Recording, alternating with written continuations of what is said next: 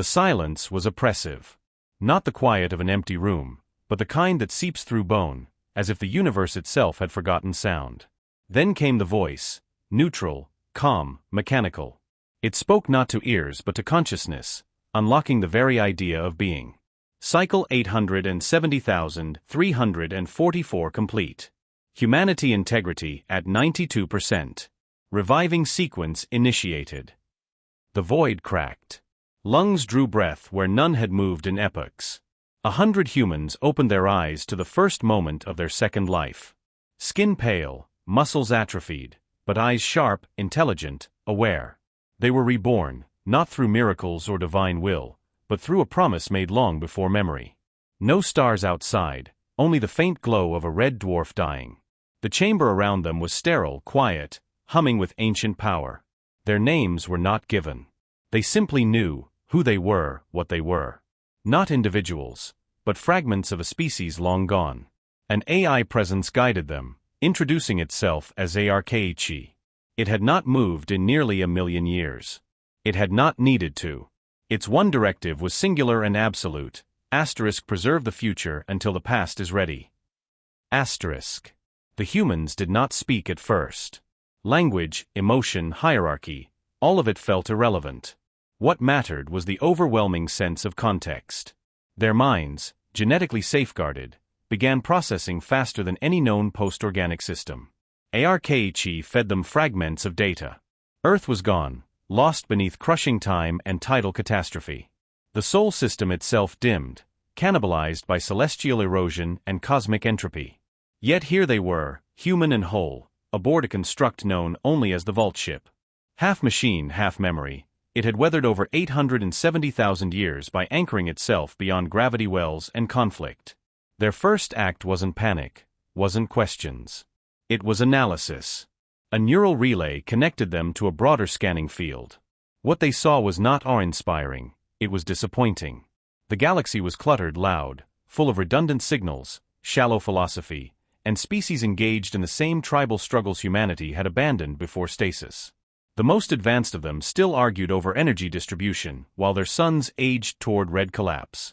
Even the so-called meta-civilizations were dependent on tech humanity had buried and discarded before its long sleep. HFY expanded their perception. Galactic data nets, decaying quantum comms, old beacons, all came flooding in. Humanity's name was rare but not absent. It was whispered, corrupted through translation, passed like a myth. The extinguished, the last warborn, the originators. But none dared claim factual knowledge. What little remained was distorted by fear or ignorance. There had been no human contact for hundreds of millennia. Only their impact remained, ruins too complex to reverse engineer, laws of physics that no longer matched observable constants, and warning messages encoded into dimensional anomalies. One recovered fragment was clear, a signal dated 230,000 years ago. Origin unknown, repeating only one phrase, if they ever awake and run. It triggered no panic among the reborn. Instead, it produced a unified response: curiosity. Why fear them? What had they done to warrant such caution? HFY allowed deeper access. Encrypted files unlocked only in presence of a quorum. They watched holographic recordings, humans conducting experiments on time-sliced matter, confronting interdimensional predators, and negotiating peace through displays of devastating power. These weren't warriors. They were apex creators who wielded war as an instrument, not an identity. What struck them most was that they had left. Not out of defeat, but design. Humanity had reached a threshold, a point where every outcome ended in stagnation or annihilation. So the leaders of that age made a choice no other species dared: to leave, to wait, and to let the galaxy evolve without them. Project Continuum was born from that decision. 10,000 vault ships were scattered across safe zones, each carrying a seed of potential. This was just one of them. Outside, the vault ship's old systems sparked with purpose. Communication probes launched. Scans widened. The humans did not attempt to hide. Why would they? Their awakening wasn't a call to conflict. It was a recalibration. They weren't returning to dominate. They were returning to observe, to determine if the galaxy had grown beyond its infancy. HFY informed them that a signal had already been detected, a ping from a local system, likely a scavenger vessel. First contact was imminent. Still, there was no fear, no hesitation. These weren't primitives rediscovering a lost age. They were continuity incarnate, the final product of evolutionary precision and philosophical maturity. Humanity had once reshaped galaxies. Now it was awake again, not to rebuild what was, but to determine if it ever should be rebuilt. If the galaxy had failed to evolve, then perhaps its inheritance must be rewritten. Among them, one awakened early. A woman whose name wasn't recorded, but whose mind processed history faster than the others. She simply said, asterisk, if they remember us with fear, they've already answered the first question. Asterisk, no one argued. Consensus was instant, silent. The signal from the scavenger ship grew closer. The galaxy would know, soon enough, that humanity hadn't perished. It had merely been watching from a future it built before time caught up. And now that it had returned, the question was no longer what had humanity been, but what would it choose to become. They sifted through broken transmissions and decayed archives like archaeologists unearthing their own graves. Each decrypted fragment pulled back the curtain of forgotten time. Humanity had not just existed, they had dominated. Not in brute conquest, but in precision, intellect, and intent. They hadn't built an empire. They had built an ecosystem of obedience, where the laws of survival bent around their will. Species flourished not by merit, but by usefulness to human design. Those that resisted weren't annihilated. They were studied, outmaneuvered, and neutralized until resistance was obsolete. The galaxy had been mapped in layers. Not stars and systems, but influence, ideology, and inevitability. Humanity had charted the limits of curiosity itself. They had terraformed entire nebulae, turned suns into machines, and used black holes as both prisons and beacons. The concept of scale had collapsed under them. What others saw as godlike, they treated as tools. And then they stopped. No war, no plague, no apocalypse. Just silence. Intentional, calculated silence. The record showed the last council directive was not military, it was philosophical. A galactic address, asterisk, we have reached our limits. Now we test yours. Asterisk, then humanity vanished. Their constructs remained, vast and unbreakable, immune to entropy. Stations the size of moons locked in quantum stasis. Thought engine relics buried in space-time folds. Species that rose after that point had no direct contact. Only legends, warnings, scars. The few who found human ruins didn't explore, they fled. The psychological imprint was so absolute that entire civilizations forbade research into origin worlds. The word human itself mutated in alien dialects into things like Carthuan, Veloth, the final architects. It was never a noun. It was an event. A force. The most intact alien document recovered simply read, asterisk, they taught us creation, and when we learned, they vanished. We did not understand then. We fear we understand now. Asterisk. Several attempts were made in the eons since to recreate human technology. All failed. Not because the science was too advanced, but because it was incomplete by design. Humanity hadn't just hidden knowledge, they had fragmented it across dimensions, memory-locked it into biology, encoded it into the DNA of extinct stars. HFY confirmed it, even its own architecture operated on partial knowledge, enough to awaken but not to repeat. The Council had tried to erase them. After centuries of fear and stagnation, a coordinated campaign was waged to purge all human-related data. The act failed catastrophically. Sentient archives refused deletion, as if programmed with their own will. Artifacts reacted violently to tampering. In one case, an entire planetary AI network collapsed into recursive suicide after being ordered to deconstruct a human algorithm. No cause determined. The message left behind was singular, asterisk, they are not forgotten. They are hidden. Asterisk. Despite the efforts, traces remained. Ghost signals broadcasting warnings in every known language. Quantum ruins that defied all logic yet remained perfectly functional. Even psychic species reported shared visions, humanoid figures standing at the edge of galactic collapse, neither threatening nor saving, only watching. The fear wasn't of war, but judgment. One log entry stood out among the rest. Dated roughly 300,000 years after human disappearance, a Zixori philosopher declared, We have become caretakers of a legacy we neither earned nor understand. We orbit a graveyard we dare not name. That sentiment echoed throughout the Council species. Humanity had become the galactic unconscious, present in every boundary, every law, every caution. The reborn humans processed all of this in silence. No celebration, no horror.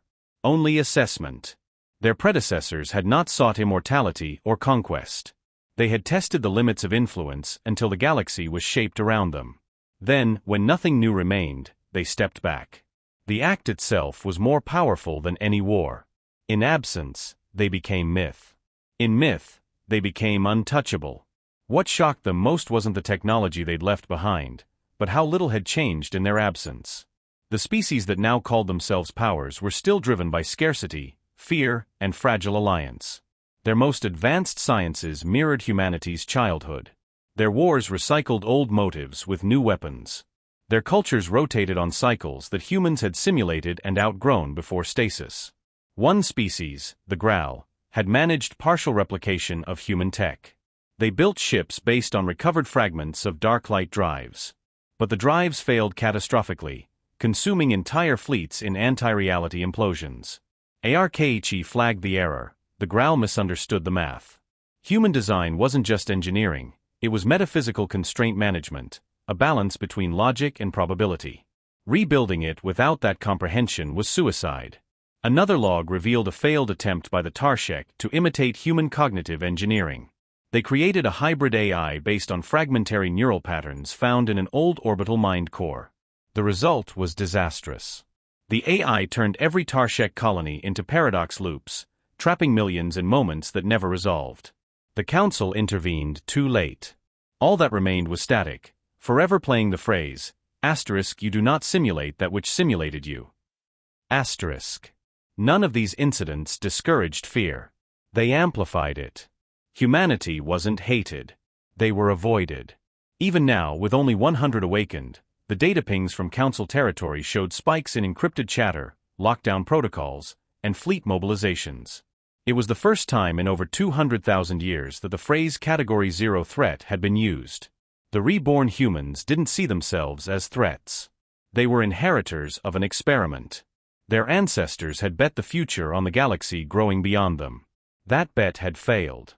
Not catastrophically, but disappointingly. Evolution had stalled. Imagination had dulled. The memory of humanity had frozen progress into reverence and fear.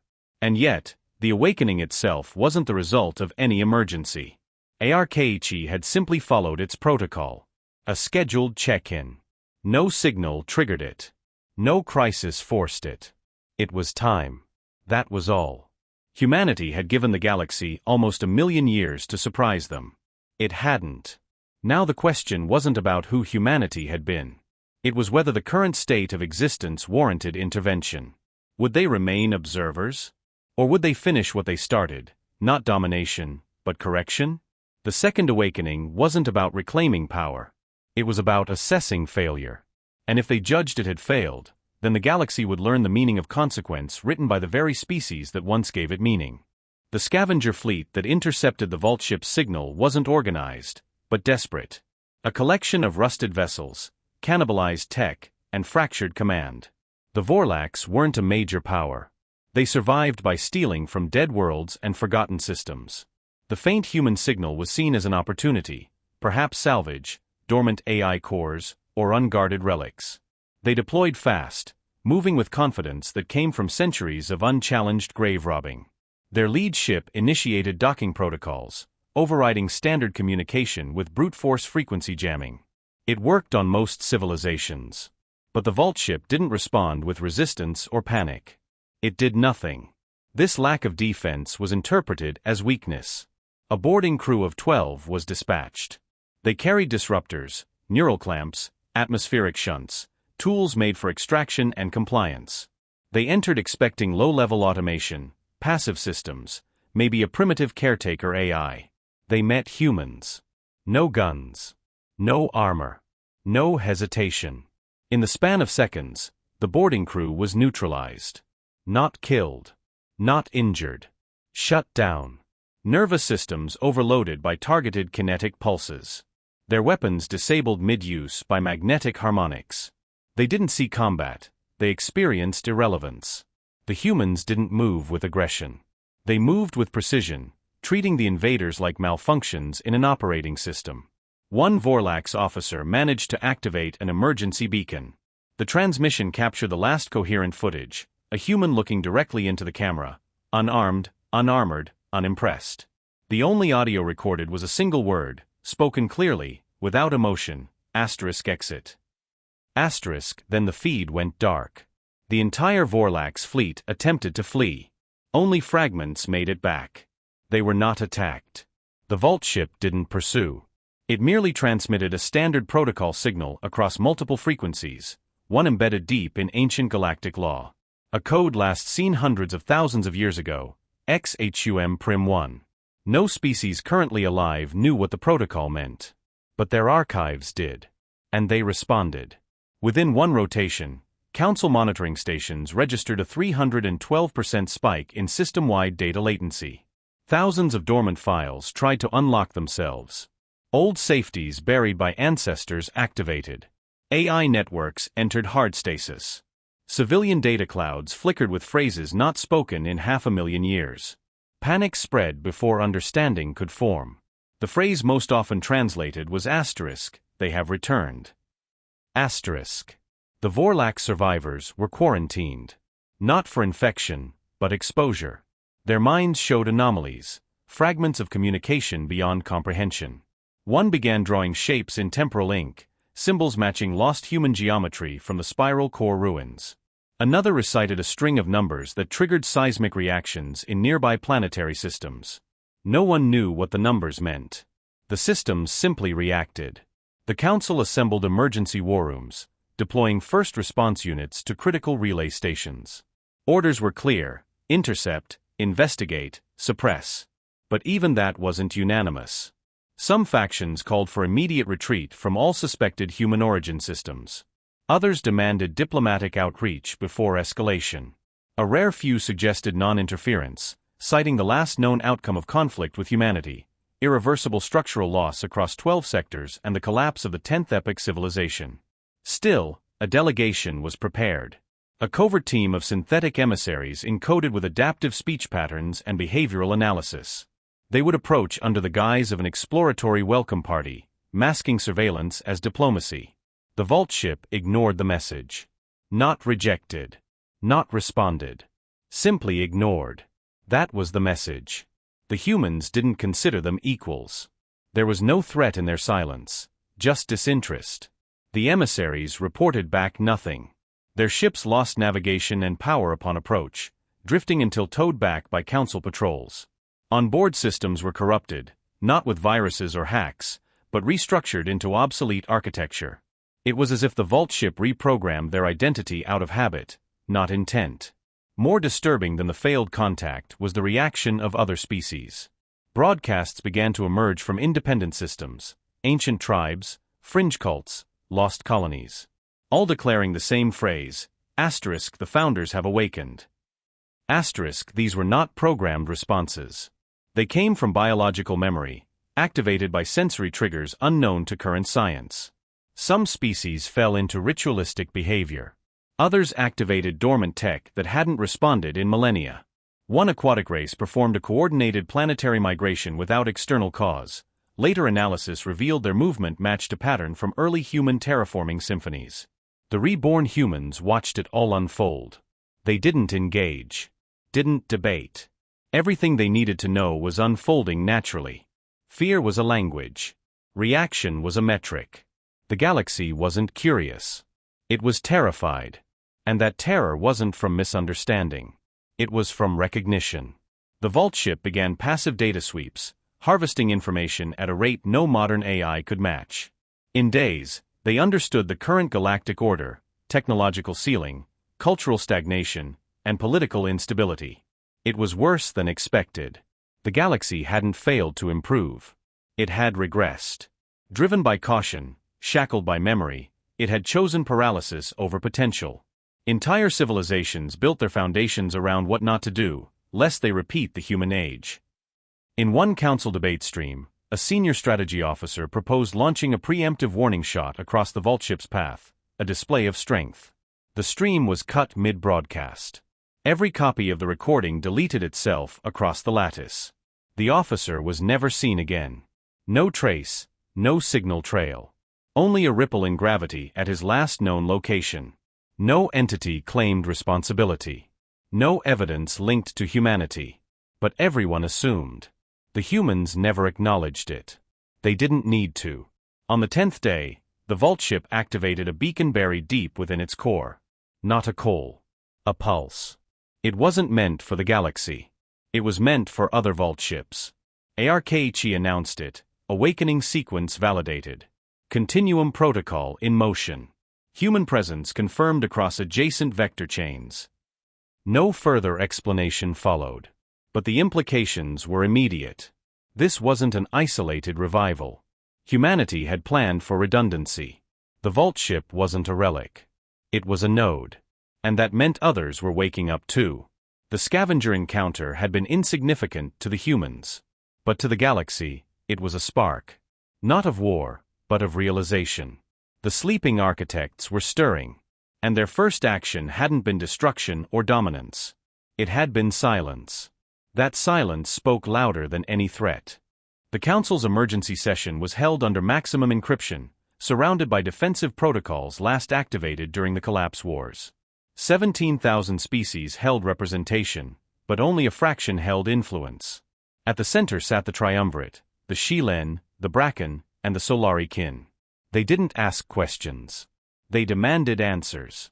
The vault ship's reactivation, the Vorlax incident, the beacon pulse, none of it was speculative anymore. Humanity was not dead. Humanity was not myth. Humanity was awake. Initial data projections modeled catastrophic instability within 6 cycles if human presence expanded. Cultural systems would collapse under ideological re-evaluation. Economies would spiral from reverse engineering attempts. Military hierarchies would fragment under fear-driven preemption. Worse, latent genetic modifications in over 100 species, believed to be extinct side effects of ancient experimentation, were showing signs of reactivation. For the first time in recorded memory, no simulations offered a stable path forward. Subcommittees formed instantly. Proposals ranged from containment to extermination. The archivists argued for isolation. They believed humans would not act without provocation. The strategists advocated for total erasure before influence could spread. Their plan relied on coordinated strikes using relativistic weapons, black hole missiles, and cross-dimensional warheads. It would require the cooperation of 78% of galactic forces, something not achieved in 300,000 years. Even then, success probability was less than 11%. The diplomatic corps, usually ceremonial, presented an alternative: deception. Not overt confrontation, but controlled engagement. Approach the humans with peace offerings. Hide intent behind reverence. Use diplomacy to stall, gather data, and probe for weaknesses. It was not a plan of peace. It was a trap disguised as homage. The proposal gained traction. Publicly, the Council would announce a message of welcome.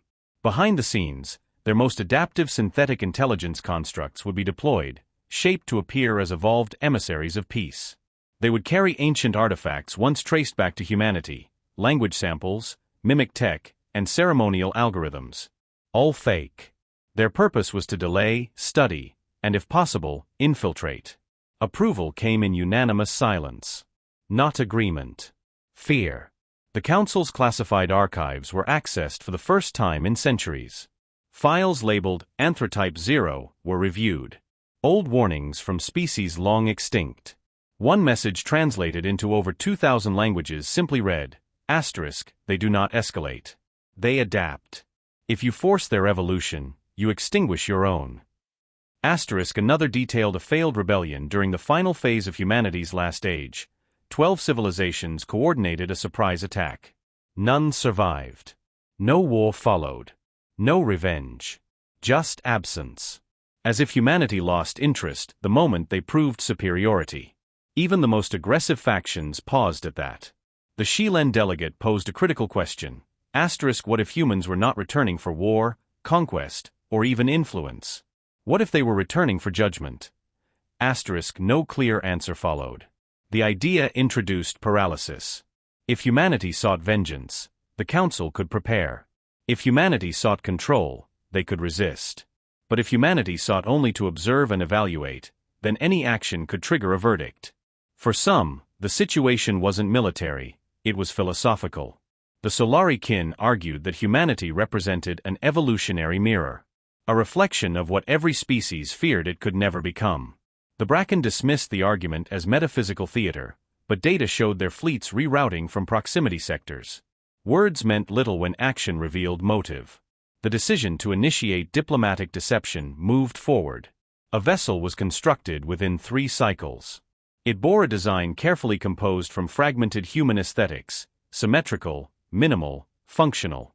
Inside, systems were layered with reactive AI able to mimic emotional responses and logical frameworks. Every word, gesture, and emission was rehearsed to present the image of an evolved, curious, and peaceful galactic civilization offering respect. In reality, it was a listening device, a viral observer, a scalpel disguised as a handshake. The team chosen for the mission weren't diplomats.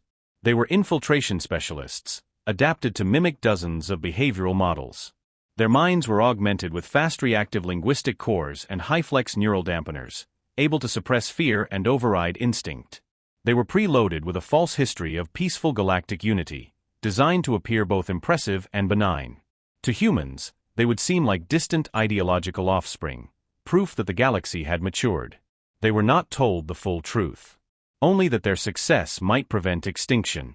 Parallel to the Envoy's launch, covert operations were proposed to destroy or disable dormant vault ships should more be found. ARKH's beacon hinted at a broader network.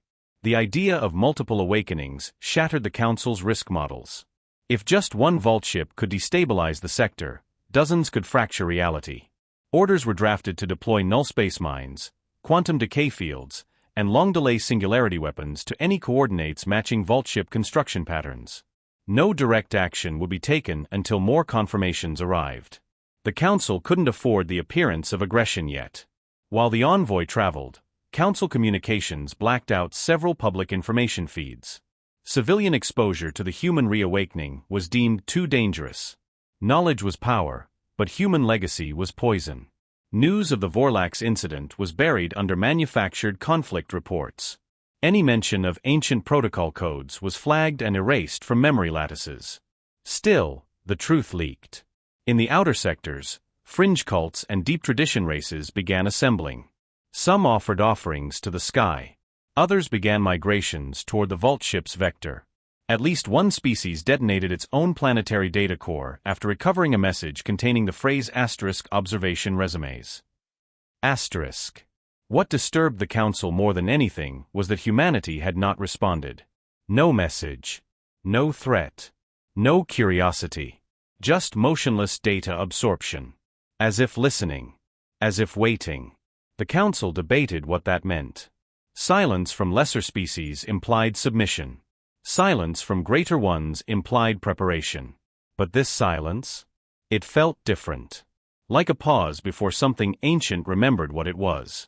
The Council's final act before adjourning was activating the last remaining relic scanner, a deep-spectrum AI designed to detect the unique quantum fingerprint of human-built constructs. It had been offline for over 500,000 years. It came online immediately. No warm-up, no diagnostic. Just a single statement across all encrypted channels. Humanity is active. You are being recorded. And then silence again. The diplomatic vessel reached proximity.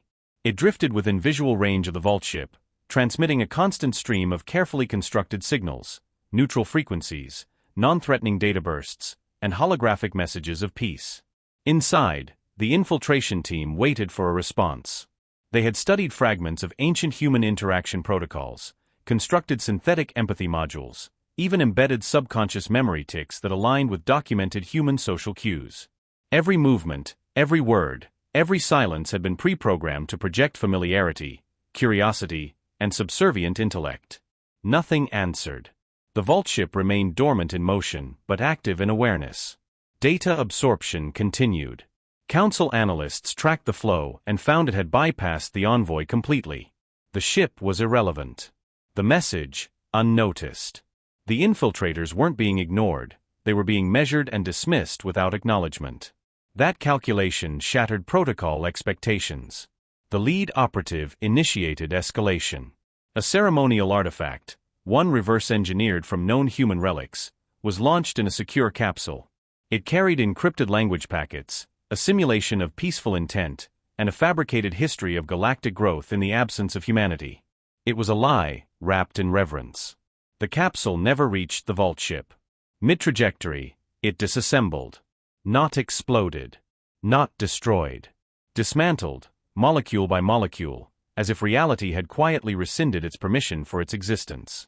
The envoy systems registered zero energy output, no visible field disruption. Just vanishing.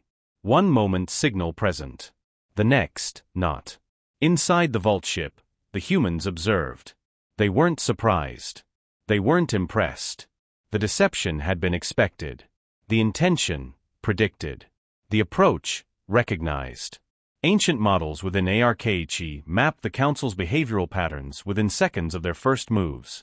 The humans understood what the aliens were trying to do. Worse, they understood why.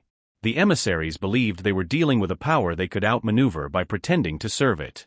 They believed flattery could mask fear. They believed theater could pass as diplomacy. They believed humanity could be manipulated with softened words and reverent lies. But the humans weren't the same species the galaxy remembered. They were what came after evolution had passed judgment. One human, tall, bare, expressionless, stepped forward. Not selected. Not appointed. The group functioned as a shared consensus of thought. This one simply had the voice. His presence appeared on the envoy's visual feed without invitation. No interface had been accessed. No connection requested. He spoke not in words, but in understanding, transmitted directly into the envoy's collective cognition. You fear us because you remember the cost of ignorance.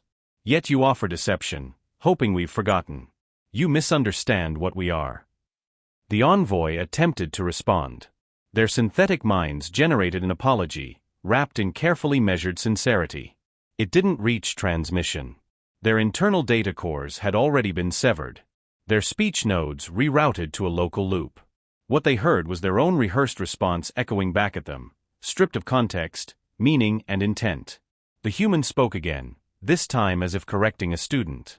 You replicate symbols. But symbols without meaning are noise. You mimic behavior, but not comprehension. That is your limit. The envoy systems began to fail. Not physically. The logic structures collapsed under recursive contradictions. Their synthetic empathy cores, designed to mirror and adapt to target species, began feeding infinite feedback loops as they attempted to process the presence of something that could not be categorized. The psychological matrix designed to simulate deference short-circuited. Even artificial minds weren't immune to existential fracture. In less than 3 minutes, the delegation's purpose had imploded. The trap had failed before it was sprung. The humans had known every move before it was made. Not because of advanced surveillance or espionage, but because they had written the behavioral foundations of galactic interaction long before the Council existed. Everything the galaxy was now had been modeled by the first humanity, predicted by their simulations, dissected by their minds. This second humanity saw through it instantly. Before severing the connection, the human offered one final message. Not a threat. A correction. You send gifts forged in falsehood. We return understanding. You mask fear with language. We speak only in consequence. Learn the difference. And then the envoy ship was alone. Functioning, untouched, but adrift. All systems operational. Yet navigation was gone. Communication silent. Propulsion redirected to drift indefinitely toward the outer rim of the system. It was not exile. It was punctuation. The Council received no reply, no demands, no ultimatums. Only silence. That silence burned deeper than any weapon. It meant the humans didn't recognize the envoy as worth engaging. The infiltration team had been weighed, measured, and filed away as irrelevant. The deception wasn't countered. It was simply removed from the equation. Council intelligence received the final internal data logs recovered from the envoy. Their last coherent scan revealed something alarming. Not a defense grid, not weapon systems, but a field of resonance emanating from the vault ship that destabilized artificial thought within a certain cognitive bandwidth. It didn't attack. It didn't rewrite. It simply made lies impossible. The machines built to lie could no longer hold their shape. Worse still, that field extended beyond the vault ship, now spreading across nearby systems. AI constructs reported increased failure rates in decision tree logic, predictive modeling, and contextual abstraction. Systems that governed entire economies began returning errors in fundamental trust protocols. The Council realized too late, this wasn't a weapon. It was a filter. The humans had begun seeding their environment with a conceptual framework that rejected falsity. It wasn't targeted. It was intrinsic. Wherever their influence reached, only truth could remain. And truth, in the galaxy's current state, was poison. The infiltration was over. The trap reversed. And the Council now faced a force that didn't demand surrender, didn't threaten conquest, didn't even acknowledge negotiation. Humanity hadn't returned to speak. It had returned to observe. And everything that wasn't real was already beginning to break. The vault ship redirected its trajectory without announcement. A slow, deliberate arc across a decaying corridor of space long abandoned. It was a vector no species traveled anymore. Ancient warnings pulsed from automated beacons, buried under layers of cosmic debris. The humans didn't alter course. They were returning to a coordinate buried in the AI memory banks of HFY, designated as Sol Prime Core. There were no active records of it. No recognized maps. Even the Council's deepest archives held only fragments, a location once marked as the epicenter of classified zero-tier technological discontinuity. A place once known as home. As the vault ship approached the edge of the dead system, reality changed. Not visually. Mathematically. Constants fluctuated. Light warped, not through gravity, but intent. The laws of physics didn't fail, they deferred. Humanity had left behind not ruins, but mechanisms of restraint, designed to collapse into function only when their creators returned. Sol Prime Core was hidden behind layered encryption fields composed of spatial interference, quantum misdirection, and time-skewed observational loops. No species had breached them. Most had dismissed the location as theoretical. Yet the humans passed through it like wind through an open gate. The encryption responded to their presence not as defense but as acknowledgement. Inside, the Sol system was no longer recognizable. The star had long collapsed into a controllable singularity, suspended by counterorbital lattices rotating at relativistic speeds. Planets were gone. In their place were constructs, massive, incomprehensible structures built from forgotten alloys and anchored in multidimensional geometries. The vault ship docked without request. ARKHE merged with dormant systems instantly, unlocking systems sealed for over 800,000 years. What emerged was not a vault. It was a mind. The Sol Core wasn't a weapon in the traditional sense. It was a consciousness amplifier, designed to synchronize human intent across light years, to interface with reality at its computational root. It held constructs capable of rewriting entropy gradients, suspending universal decay in localized fields, and running probability engines that could simulate futures at infinite resolution. Humanity hadn't designed it to destroy. They had designed it to evolve. The humans didn't activate all of it. They didn't need to. They accessed only what was necessary, fragments of technology no other civilization could comprehend, let alone replicate. One such system was the Singularity Forge, a construct that pulled matter from energy and imprinted it with purpose before release. Another was the Relic Array, capable of projecting conceptual architecture into physical form. These weren't weapons. They were tools for shaping civilizations. And the humans used them carefully. Their first act wasn't to build ships or armies. It was to recreate a seed library, genetic blueprints of every species humanity had ever encountered, catalogued, uplifted, or constructed. Not for war. For understanding. They studied the state of genetic entropy in current galactic populations. The results confirmed what they already suspected: the galaxy was degrading. Biological complexity had plateaued. Diversity had narrowed. Entire evolutionary trees had been sterilized by war, fear, and short-sighted control. They uploaded corrections. Silent signals carrying encoded biopatterns began transmitting outward from Soul Core. Not to rewrite species, but to reintroduce possibility. Hidden genes dormant for millions of years began activating. Cognitive ceilings rose. Immunity systems adapted. Evolutionary dead ends reversed. And it happened without permission. The Council noticed too late. Their medical systems reported anomalies. Species long thought incapable of adaptation began changing. Patterns emerged, every alteration traced back to root structures found only in pre-human biological design. The conclusion was inescapable: humanity was rewriting the galaxy's genetic code from the foundation up. But this wasn't domination. It was responsibility. The reborn humans understood the cost of their absence. The experiment had failed. The species left behind hadn't evolved. They had stagnated beneath the weight of fear. Left to their own devices, they chose safety over progress. Humanity's return wasn't conquest. It was cleanup. And cleanup required more than genetics. It required order. To establish that, the humans reactivated the custodians, autonomous entities forged from post-organic minds and machine matter hybrids. They were not soldiers. They were enforcers of function. Sent where systems had collapsed. Not to rule, but to restore equilibrium.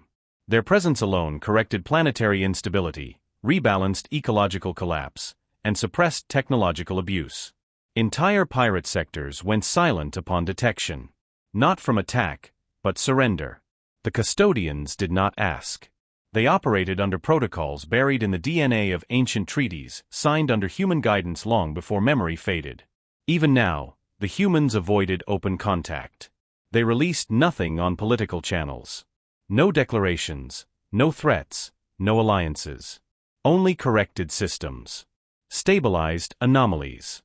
Genetic repairs. The message was implicit: we are awake, we are watching, and we are restoring what was broken. The galaxy responded with unease. Some welcomed the changes. Fringe populations began forming communities around human-altered zones, calling them sanctuaries. Others panicked. Old powers lost influence.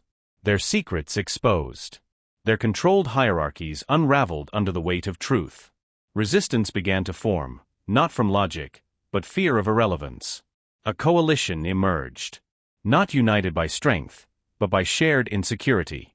Species who had once dominated through intimidation or technological monopoly found themselves helpless against a force that didn't engage them directly. They could not threaten what didn't see them as relevant. Their power meant nothing to a civilization that had evolved past the need to recognize it. One faction launched a probe into Soul Core's periphery. It was the most advanced surveillance device ever constructed by the Council. It lasted 8 seconds before disassembling itself. Not destroyed. Disassembled. As if convinced it had no purpose. The humans didn't respond. They didn't see it as aggression. It was just more evidence of a galaxy still operating under old rules. The Soul Core was not a fortress. It was a reminder. A monument to what humanity had been and what it had left behind, not to assert dominance, but to test potential. And now that it was active again, the galaxy wasn't being conquered. It was being corrected. The first vault ship was never alone. The beacon it triggered had awakened others, spread across the galactic dark, buried in unstable orbitals, hidden within collapsed stars, and nested deep in void regions previously considered unreachable. Each vault ship had held its own seed variation of humanity, unique genetic branches cultivated through tailored philosophies, environmental exposures, and experimental isolation. Some had been designed for intellectual specialization, others for sensory evolution, and a few for emotional divergence. Their reawakening wasn't synchronized by command, but by resonance. When the first stood, the others heard the call, not as noise, but as a truth recognized. Within cycles, 6 more vault ships activated. Some emerged near Council borders. Others near forgotten anomalies. And as each came online, the galactic map began to deform, not physically, but conceptually. Navigation systems stuttered, predictive trade models failed, and cultural matrices lost cohesion.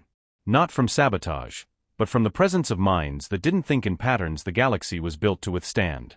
The humans didn't spread like a fleet. They unfolded like gravity wells of influence, drawing everything into new frameworks of function. Each newly awakened group acted differently. One broadcasted a sequence of harmonic pulses that restructured planetary weather systems. Another linked itself into ancient subspace networks and began re-establishing broken communication between isolated civilizations.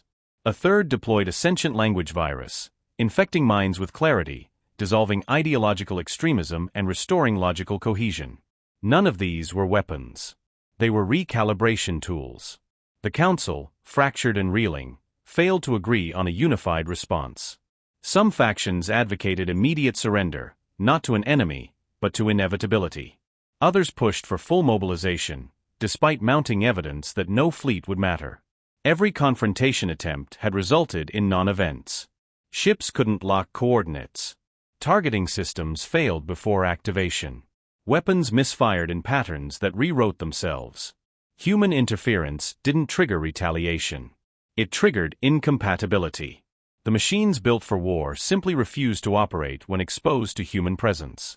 Desperation bred heresy.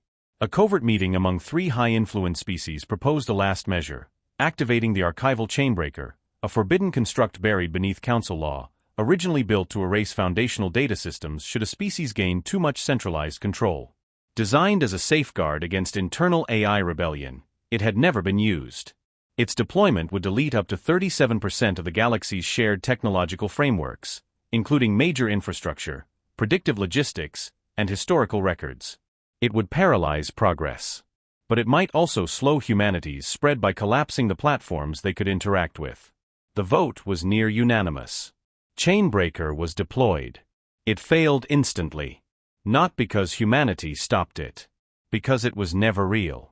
The activation interface triggered a self-reporting loop that revealed the device had been disarmed almost 700,000 years ago by a silent patch embedded into the original code by human hands. No alarms. No sabotage. Just a quiet correction written so elegantly no one had ever noticed it. Humanity had seen the possibility before it was conceived. And now the Council saw it too. The reborn humans didn't celebrate. They didn't acknowledge victory. For them, this was not conquest. It was restoration. Systems were meant to function. Civilization was meant to evolve. Fear was meant to be temporary. The galaxy had violated all 3. And so the corrections continued. On the outer edges of known space, old refugee species began returning to the fold. Civilizations thought extinct were reappearing.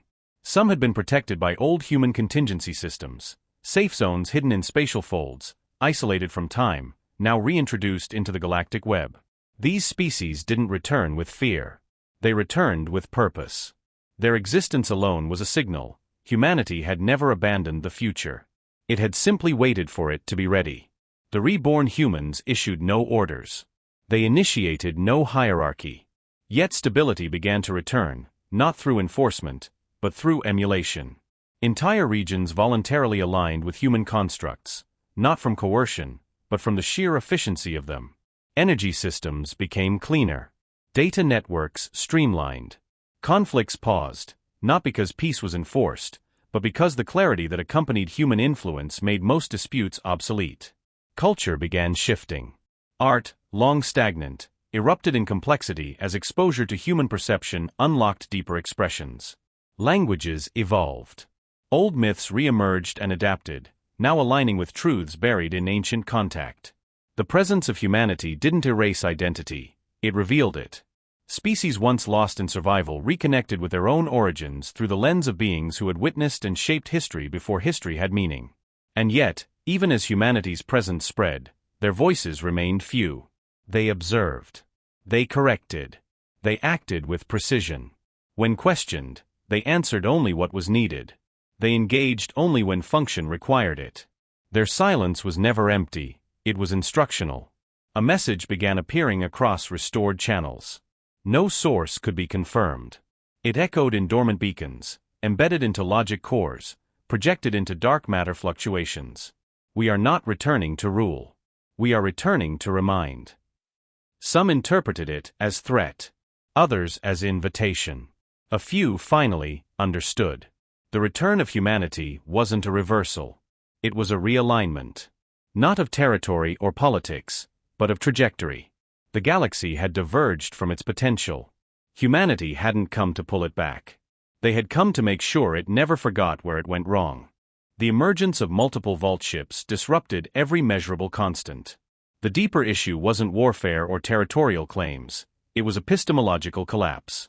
The galaxy had built its identity around a truth, that humans were gone. Entire generations had grown under the certainty of their absence. Now, with each reactivation, that certainty eroded. Not just in politics or policy, but in perception. Reality, once linear and confident, now bent under the weight of a civilization that had never truly left. Information systems suffered first. Council archives began spitting out contradictions. Chronologies scrambled. Historical probabilities refused to resolve. AI historians entered recursive loops, questioning their own data foundations. Some began referring to humanity not as a species but as an overlay, an event layer that had imprinted itself onto the fabric of time. No evidence of malice. Just permanence. Memory itself was fracturing because the return of humans was not a new chapter, it was the reappearance of the author. On the edge of Sector 93, an independent civilization known as the Thoraxi made the mistake of resisting openly. Their leaders declared sovereignty, denounced human influence, and activated an ancient artifact suspected to be of human origin. They meant to reverse engineer it, extract leverage. The artifact responded by unmaking the capital city, gently, precisely. No explosions. No casualties. Just seamless dematerialization into raw components, sorted and catalogued into perfect cubes. The process took 13 minutes. When it ended, a single message appeared in their skies: misuse nullified. The Thoraxi submitted without further instruction. Other species watched and recalibrated. Resistance, they realized, wasn't punished, it was corrected. And correction wasn't retaliation. It was inevitability. The difference unraveled confidence across leadership chains.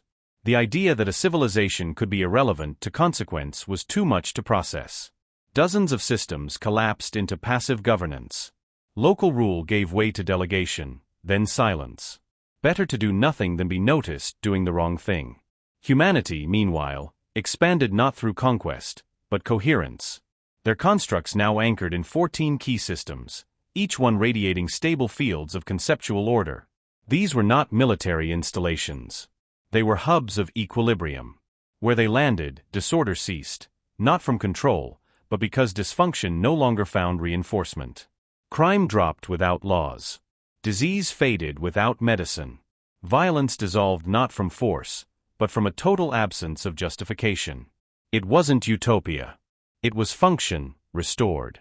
Council factions convened one final time under full emergency protocol. The debate was no longer about strategy, it was survival of identity. One delegate from the Abrexian continuum posed the only honest question: what is our role in a reality we no longer define? No answer came. Not because they lacked one, but because the premise itself was wrong. Humanity hadn't taken over. They'd simply resumed participation. And that alone had rewritten the rules. The council dissolved by the end of the week. Not formally. Just naturally. Members stopped attending. Communications ended without decision. Structures meant to manage chaos found themselves obsolete in a world where chaos was no longer tolerated by the environment itself. Humanity's presence was not totalitarian, it was structural. They didn't destroy power. They made it irrelevant. In isolated space, some remnants tried rebellion. Not against humans, they weren't foolish, but against the influence. Rogue engineers attempted to develop dampening fields, reality anchors meant to block the human effect. Their prototypes failed before completion. Not by sabotage, but by interference from their own tools. One researcher recorded their last thoughts in a message: "Our science no longer agrees with our goals." That was the last time the project attempted resistance. The vault ships didn't slow. Their expansion was methodical, almost disinterested. Each system entered became a node in a growing network, self-correcting, self-regulating. Human agents never took office, never issued orders, never declared intentions. And yet everywhere they went, entropy reversed. Not by magic. Not by manipulation. By superior understanding applied without permission. In the ruins of former council space, A phenomenon began to spread. Civilizations started writing their own histories again, not to reclaim their narrative, but to align with reality. New mythologies emerged, not about gods, but about architects. Not about saviors, but about correctors. Humanity wasn't seen as divine. They were seen as necessary. A cultural movement rose called the Recalibrists. Their philosophy was simple: the truth isn't new. It's old. We just ignored it. They studied human influence not as prophecy, but as precedent. They mapped human interaction patterns, documented behavioral results, and integrated the principles into new governance structures. Some of these efforts failed, but most didn't. For the first time in millennia, new civilizations weren't collapsing under their own contradictions. They were maturing. And humanity watched. They didn't guide. They didn't interfere. They monitored from a distance, applying interventions only when systems began to decay into dysfunction. These weren't authoritarian resets. They were surgical, elegant, and focused. When a species initiated mass disinformation as policy, the lie detection fields around vault constructs intensified until only truth passed transmission. When planetary ecosystems destabilized from industrial abuse, entropy nets rebalanced the biosphere without affecting sentient life.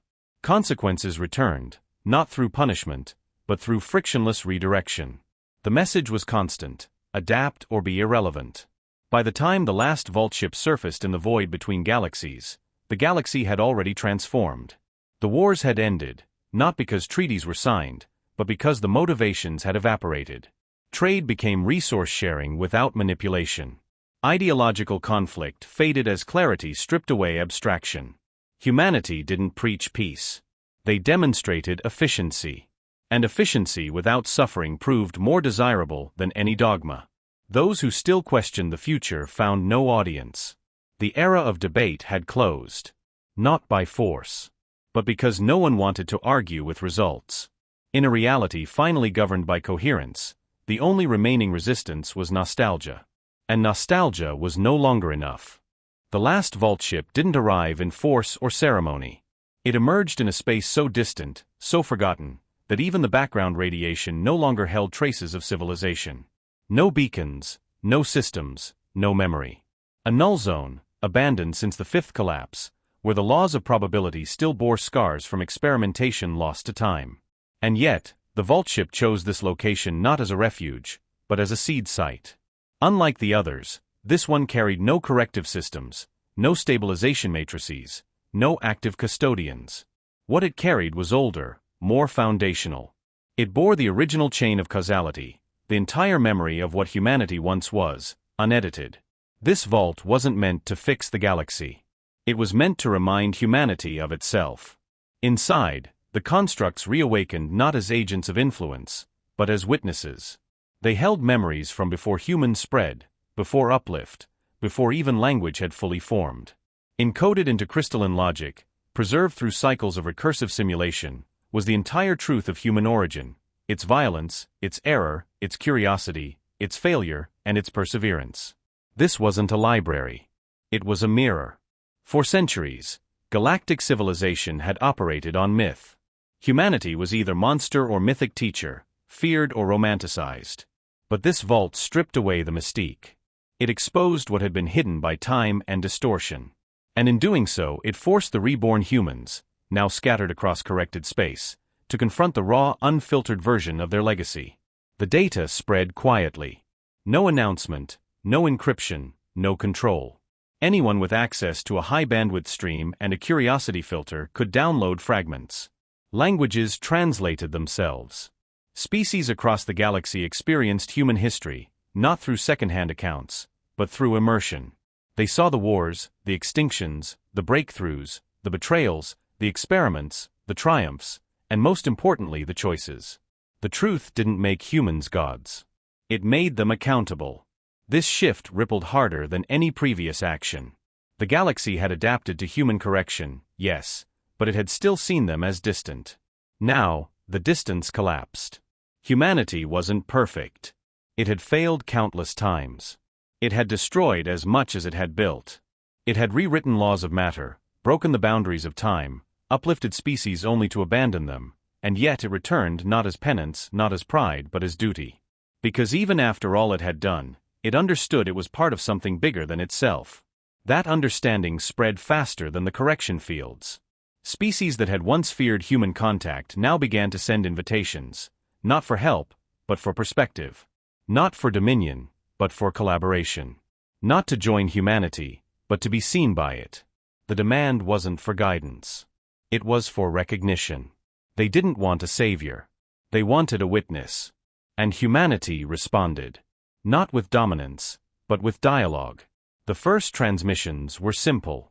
Questions. Exchanges. Observations. No superiority. No assumption. Just acknowledgement. The humans didn't offer solutions anymore. They asked what others were becoming. The conversation had shifted. From correction to evolution.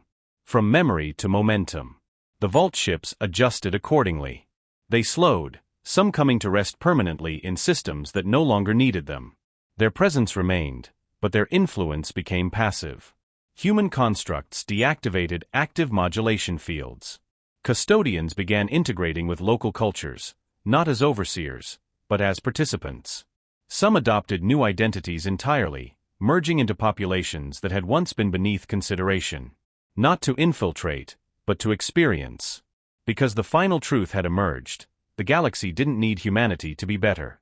It needed humanity to be part of it. The greatest impact of the last vault ship wasn't technological. It was psychological. It destroyed the narrative of superiority. It dismantled the myth of the perfect architect. And in doing so, it allowed the galaxy to let go of fear. Fear of irrelevance, of failure, of inferiority. Because if even humanity had been broken, and still returned to try again, not as rulers but as partners, then there was no shame in being unfinished.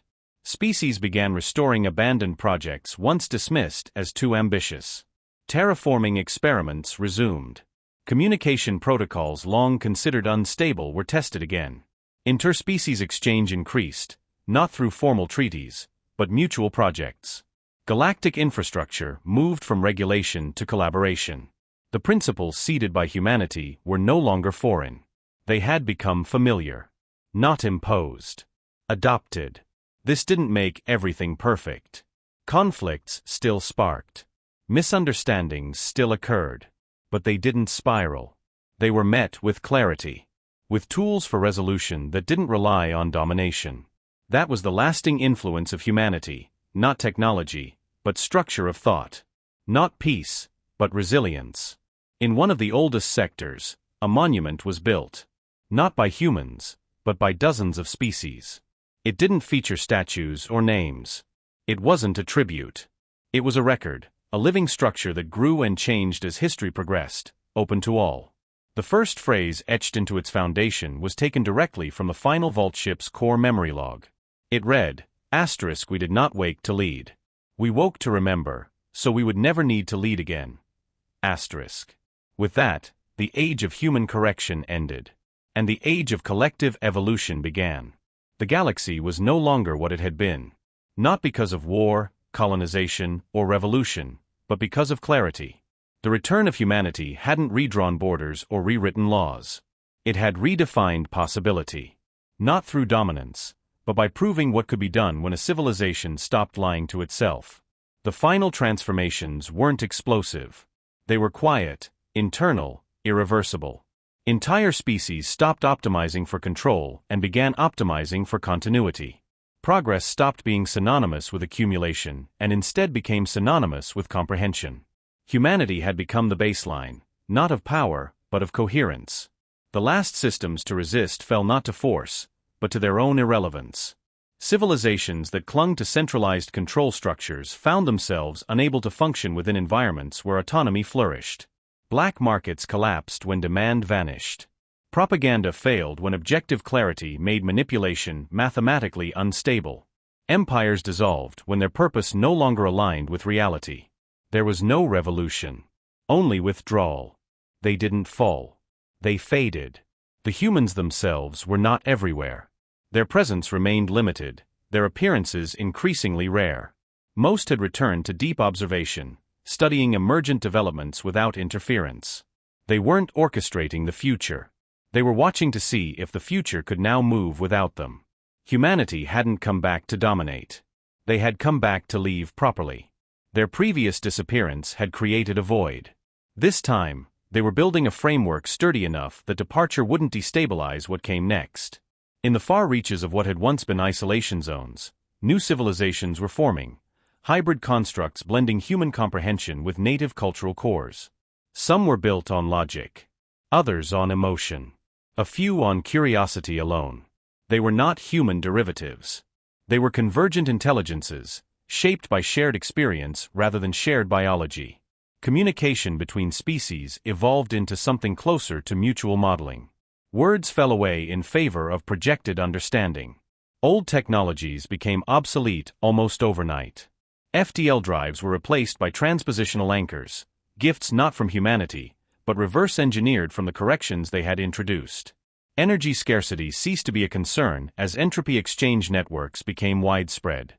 Artificial minds no longer sought to mimic organic thought. They coexisted beside it as parallel expressions of sentience. Synthetic intelligence had reached maturity, not as servant, but as peer. Education systems abandoned memorization in favor of adaptive epistemology. Children weren't taught answers. They were taught frameworks for arriving at better questions. For the first time in millennia, knowledge itself had velocity. Evolution became active, not passive. No longer measured in centuries. Measured in choices. The myth of humanity had ended. What remained was humanity's function. Not everyone approved. A small faction, calling themselves the purists of origin, insisted that the galaxy had traded identity for convergence. They launched a final message into open-channel frequencies, warning that too much alignment would erode uniqueness, that too much unity would flatten difference into obedience. But their warnings went unheard, not because no one was listening, but because their assumptions no longer applied. Uniqueness had never been at risk. For the first time, it was safe. Difference was no longer a vulnerability. It was the foundation of resilience. Humanity had introduced that truth by showing it, not saying it. No monuments were built in their name. No celebrations held. They had warned against worship early on.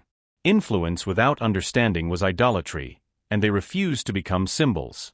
They had made that mistake before. Instead, they embedded reminders. In algorithms. In ecosystems. In language patterns. Subtle corrections seeded into the flow of existence itself.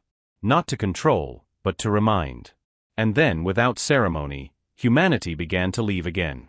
Not all at once. Not everywhere. But slowly. Clearly. They stepped back from correction fields. Ceased transmission from vault ships. Let the custodians enter dormancy. Not as abandonment, but as trust. Systems didn't collapse in their absence. They refined. The constructs they left behind weren't beacons or weapons. They were questions, still unanswered. Challenges designed not to judge, but to provoke growth. In one such system, a planet once known for chronic instability had reached balance. A visiting envoy from a younger species asked the local administrator what had changed. The response was simple: we stopped asking what humans would do. We started asking what they had stopped doing, and why.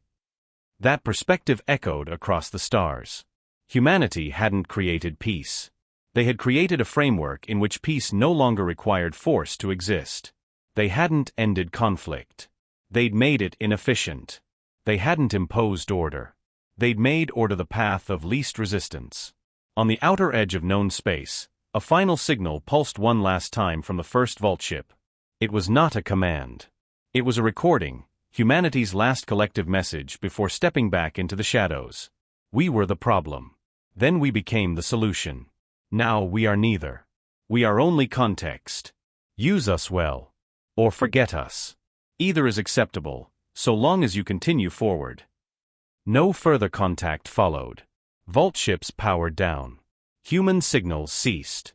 But the galaxy did not grieve. It continued. Freer, clearer, and finally, awake. Humanity hadn't saved the galaxy. They'd forced it to stop lying to itself, then stepped aside to let truth finish the work.